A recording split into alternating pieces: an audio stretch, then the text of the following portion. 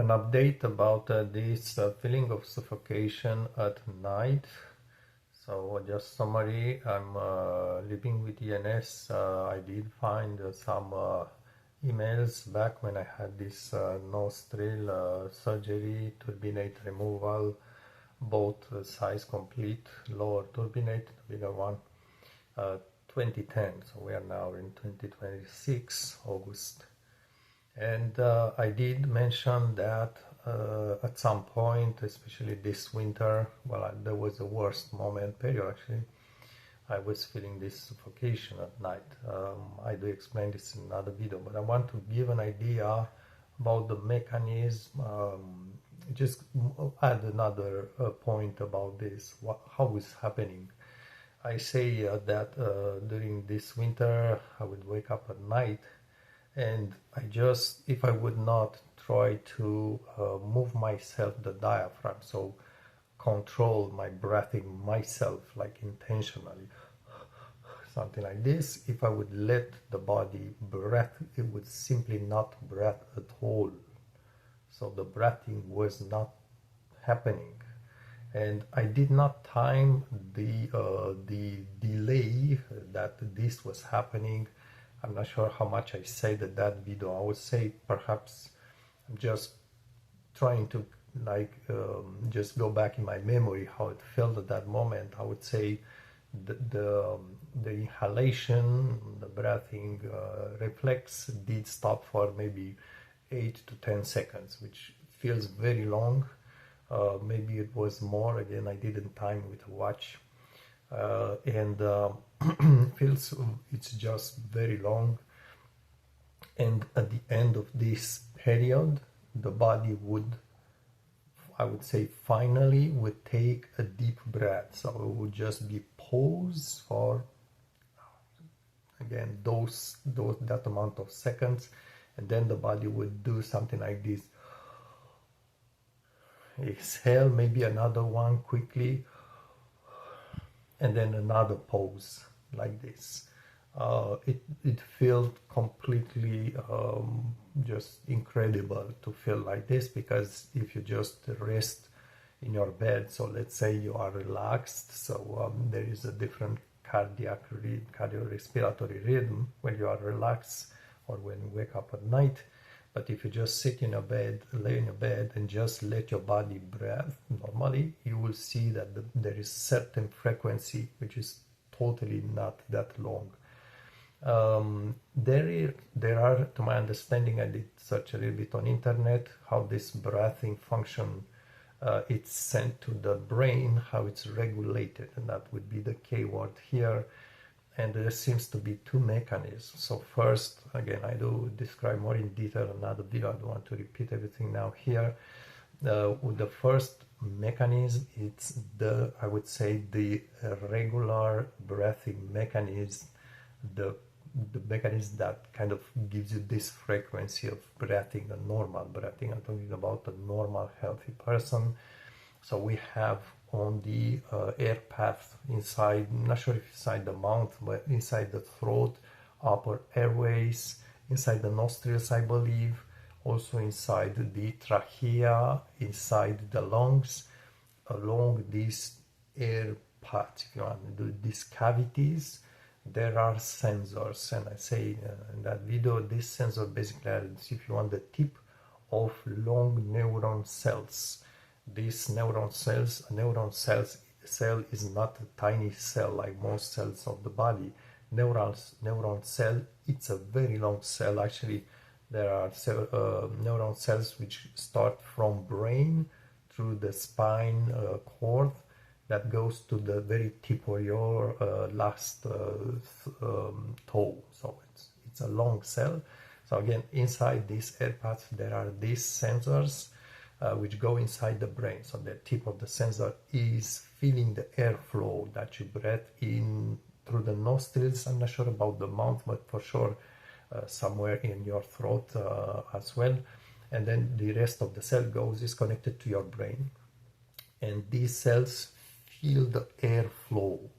As you breathe in out, it feels that movement of air. So imagine the cell sits in a mucosa at the tip of the cell, the sensor part of it, and you have airflow that goes back and forth, and it feels this airflow, and it sends to your brain this kind of information. There is airflow with this amount of humidity, with this speed, this volume, so on and so on. It sends to your brain this information, and the brain is regulating this normal breathing. That's just like I'm doing now. So this is one mechanism. The second mechanism, you can call this a backup or an emergency mechanism. It's that if you stop breathing, for instance, you force yourself, you just cover your mouth. So what happens is inside your blood, because it's no longer oxygenated inside lungs, inside the blood, the carbon dioxide concentration, it's a gas that's diluted inside your blood, starts to rise until it hits a threshold. And at that point, a specific concentration, there is another mechanism. I'm not sure how it works, this one, but it sends information to your brain. There is too much carbon dioxide inside your blood, breathe deeper, faster, and so on. So the brain will just kind of kick in a different, more intense respiration if you want to lower that carbon dioxide.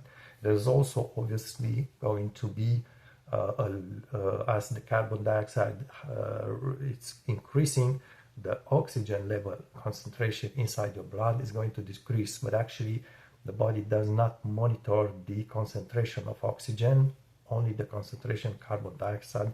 Go ahead and search online, it's just how it goes. So anyway, this is the second mechanism.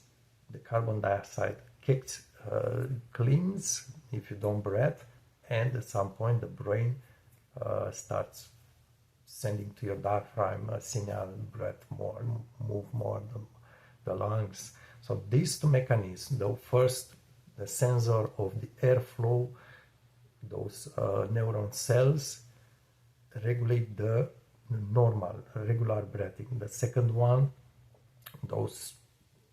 there's some sensory, whatever it is, that senses the level of carbon dioxide. This is just an emergency, right? And if the level of carbon dioxide climbs too high, again the brain is regulating the breath.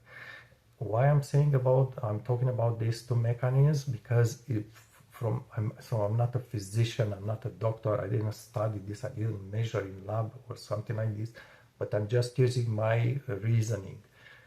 When those nights when my body would simply stop breathing, that would be that this first mechanism with the sensory cells that feel the airflow did fail. Those sensory cells no longer don't send a signal to the brain, or either they send the wrong signal to the brain. For instance, maybe those sensory cells send a signal to the brain that, quote unquote, there is too much airflow. A wrong, completely false signal, because basically there is no airflow when you stop breathing. And then when that deep breath in after maybe 10 seconds of not breathing kicks in, that breathing, I'm pretty sure it's connected to the second mechanism that measures the level of CO2 in blood. In other words, the body doesn't breathe maybe for 10 seconds. The CO2 concentration in blood starts climbing. It reaches that alarm level, if you want. The brain acts and causes that deep breath after about 10 seconds. And then again, the CO2 drops because of that deep breath. Another 10 seconds, no absence of normal breathing. The regular breathing, it's absent. And again, the CO2 climbs. Safety mechanism, backup mechanism kicks in, and a deep breath again. So all this to say that basically, if this is true what I'm saying here, it means that the normal respiratory mechanism, it stops completely. And it's just the backup mechanism that, to put it brutally that keeps the body alive. In other words, if there was not this backup mechanism with the CO2 concentration, I would not be here speaking. Now I did try to explain why I was actually I was explaining in another video how these sensory cells no longer work properly to send the airflow information signal to the brain for the normal respiration, regular respiration. And that was the reason for this, is that these sensory cells inside the air path, they are cells, if you want, neurons, which work with electric impulses from what I've seen on the internet. So it's simply just an electric impulse which travels very, very fast, right? And these cells, neurons, need to be in a humid environment to function, to send that signal properly. And that's why the mucosa in a healthy person, the mucosa around the airways, is always humid, because these cells sit in that mucosa. The terminations, the tips of the cells are located in the mucosa, and that mucosa must stay humid for these cells to work properly. And when I was having this suffocation feeling, I did mention very clearly that everything inside my respiratory tract, everything inside the air path, my mouth, my tongue, my nostrils, my throat, deep inside the lungs, I was even using the expression dry lungs, a feeling of dry lungs. All those ducts, if you want, where the air is flowing, felt very dry, very, very dry. And because of this, the neurons could not send the proper signal to the brain, would send the wrong signal, either did not send any kind of signal to the brain. It's a malfunction. So as a consequence, the regular breathing simply does not work. Stops, basically. And I also did mention that in that video that if I would try to breathe by myself, I would just control myself, the diaphragm, it felt like I could not get air inside the lungs. I don't have an explanation for this. Maybe the lungs simply one of the aspects of this situation that I believe happens is, and this explains the dryness inside the throat and so on, is that the body has a very low blood volume. The volume of blood is just too low, and I do explain this in other videos. This happens because the lungs are dehydrating, the body are removing from this the plasma that's inside the blood, are removing through the breathing. The lungs are, because of, I call this damage from long-term ENS, the lungs simply start losing humidity from the blood. The lungs are filled with blood, not with water or anything else, and start losing humidity from the blood. The blood volume lowers at that moment, and the body simply, and this happens throughout the day, and it's worsened by dry weather, hot weather, warm weather, and so on, by heating inside the room in winter time, which causes dry air. So the lungs simply lose blood throughout the day, and at night there is just too low blood inside the body, and this causes this dryness inside the air path and the consequent stopping of breathing, normal breathing. So yes, that was the explanation why all this problem happened. And I don't know, I'm trying to repeat a few ideas because maybe there are people who watch only this video and not my other videos previously uploaded. But this problem with lungs, it's a result very long term, 10 years, 15 years, result of dry nostrils from that surgery, which destroys the mucosa. So mucosa can no longer be dry. The blood vessels inside the mucosa, inside the nostrils, got sectioned or destroyed or removed by the turbinate surgery, reduction surgery. And the mucosa, even if it feels or looks healed, actually it looks healed, the blood vessels have been sectioned, right? When you cut through, there is no blood passage. Normal, there are tiny blood vessels. It's just they are stopped. It's like a wall because they have been sectioned, and it appears they don't really heal by themselves for some reason. This was my case. So the blood vessels don't reconnect with each other like it was before the surgery. I tried to give more details about that situation when I felt like I was suffocating and so on. For instance, one of the things that I did notice when I had this low blood volume in the body, and I keep drinking water through the day, by the way. I keep drinking, I'm not sure, maybe now I'm 3 quarts or more during the day of water. Drink every 15-20 minutes, take a few sips, even if I'm outside. I was saying that when the body was low in volume, blood volume, I would have some signs before I would get that suffocation feeling. And that suffocation feeling for me did happen only when I would wake up at night. And I'm only guessing because I cannot, well, I could monitor myself with a camera, perhaps film myself when I'm asleep. I didn't do this.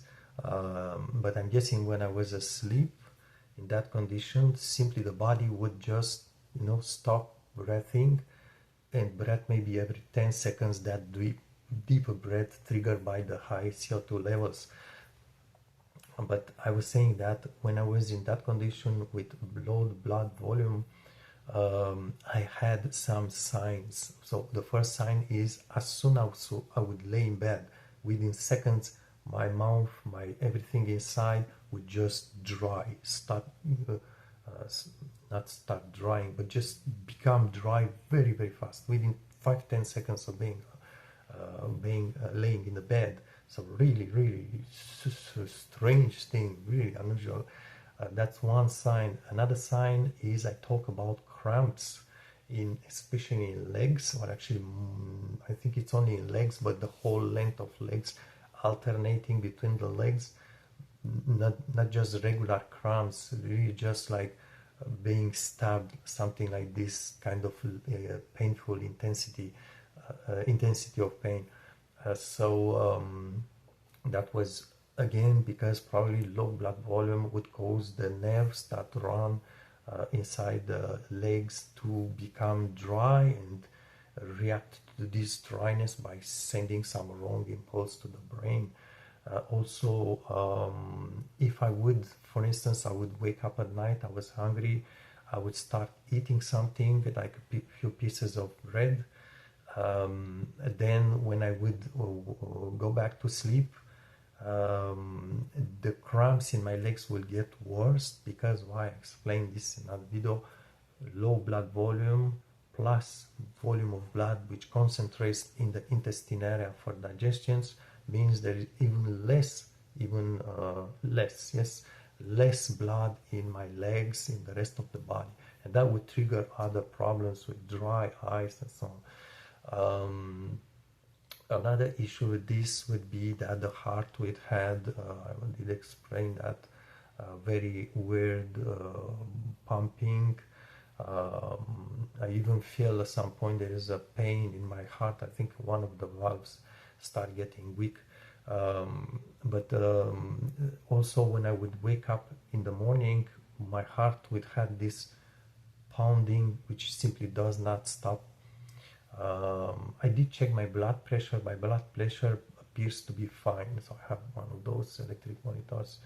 Appears to be fine. So it's perhaps the reaction of the heart. It's simply it has low. It doesn't have enough blood that fills the heart. So the heart is a pump that works by if you want, has to be filled with blood to create that pressure, like you squeeze a pump or a sort of a rubber pump has to be filled with liquid in order to create that pressure to send the blood through your body. If it's filled, let's say, half liquid, half air, it simply cannot create the same pressure. So that's why the heart starts beating weirdly, strongly, and just weirdly. And I can tell you that when I talk about food causes cramps and heart beating, even more heart beating, there were nights when I would just not eat. And those nights I would just not have that intense reaction of leg cramps, heart pounding, and so on. That tells me right away the food and the digestion process, which uses more blood concentrating in the stomach, intestine area, that food did, if you want, nights with food and nights without food, comparing the two, you get exactly, it's very clear the difference. And that again points to low blood volume, because like I said, there's this explanation that if the body has low blood volume, and if you take even more from this volume concentrated intestine area, the rest of the body has even less volume and reacts even more. So that's how I try to make this kind of deductions. I will just end this by saying that in the last video I was talking about